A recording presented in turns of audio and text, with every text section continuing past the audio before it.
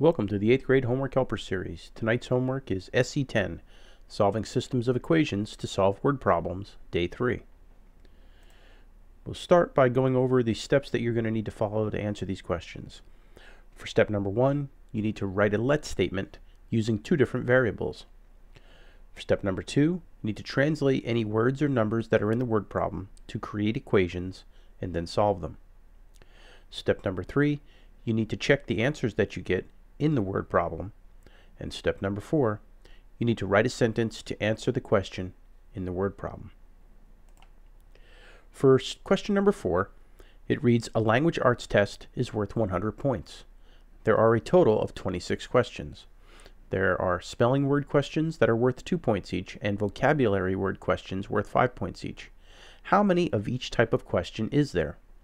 So for step number 1, we want to come up with our let statements. So I said let S equal the spelling questions and let V equal the vocabulary questions. Once our let statement is created, we can come up with some equations. So I chose to create the equation S plus V equals 26. And I created that based on the fact that there is a total of 26 questions. And there are spelling questions and vocabulary questions. For my second equation, I have 2s plus 5v equals 100. The spelling questions are worth 2 points, so that's my 2s. The vocabulary questions are worth 5 points, that's my 5v. And the total number of points is 100.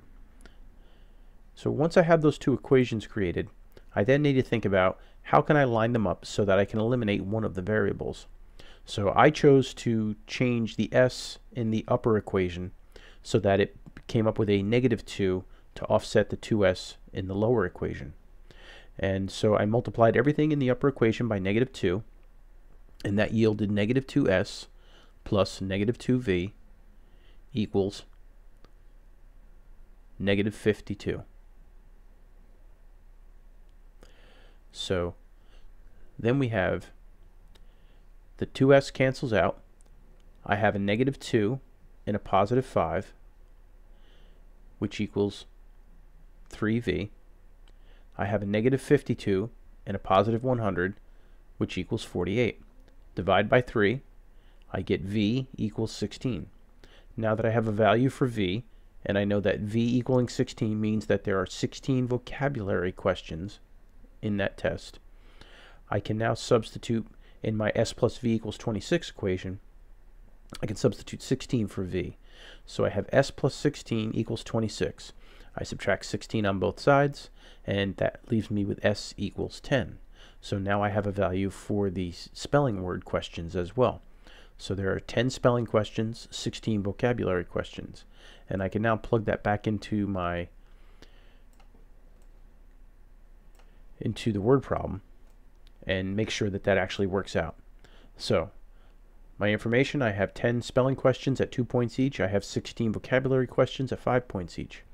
My first goal was just to make sure that the numbers that I have actually work out to be what the question said, which is 26.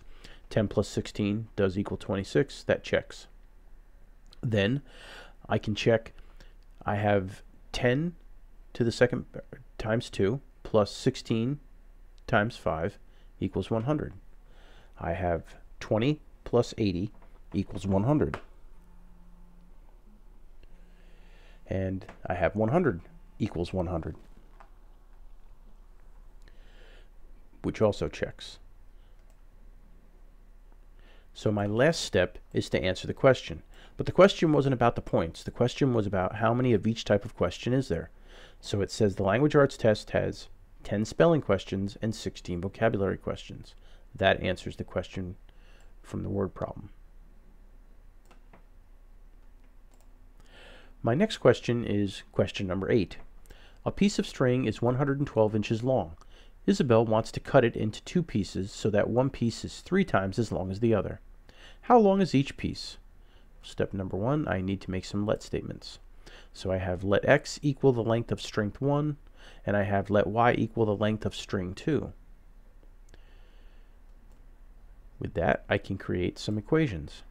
So I have x plus y equals 112, and I know that y is going to be the second piece of string, which is 3 times as long as the first. So y equals 3 times x. With those two equations, I can then substitute the value for y, which is 3x, into that equation. So I have x plus 3x equals 112. Well, I can combine like terms, and my x and 3x make 4x, still equaling 112. If I divide by 4 on both sides, that gets me x equals 28. I can take my x equals 28 and plug it back into the equation, and I have y equals 3 times 28, which means y equals 84.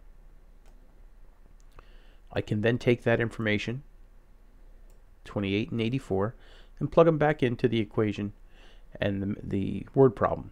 So I have string 1 equals 28 inches. String 2 equals 28 times 3 inches.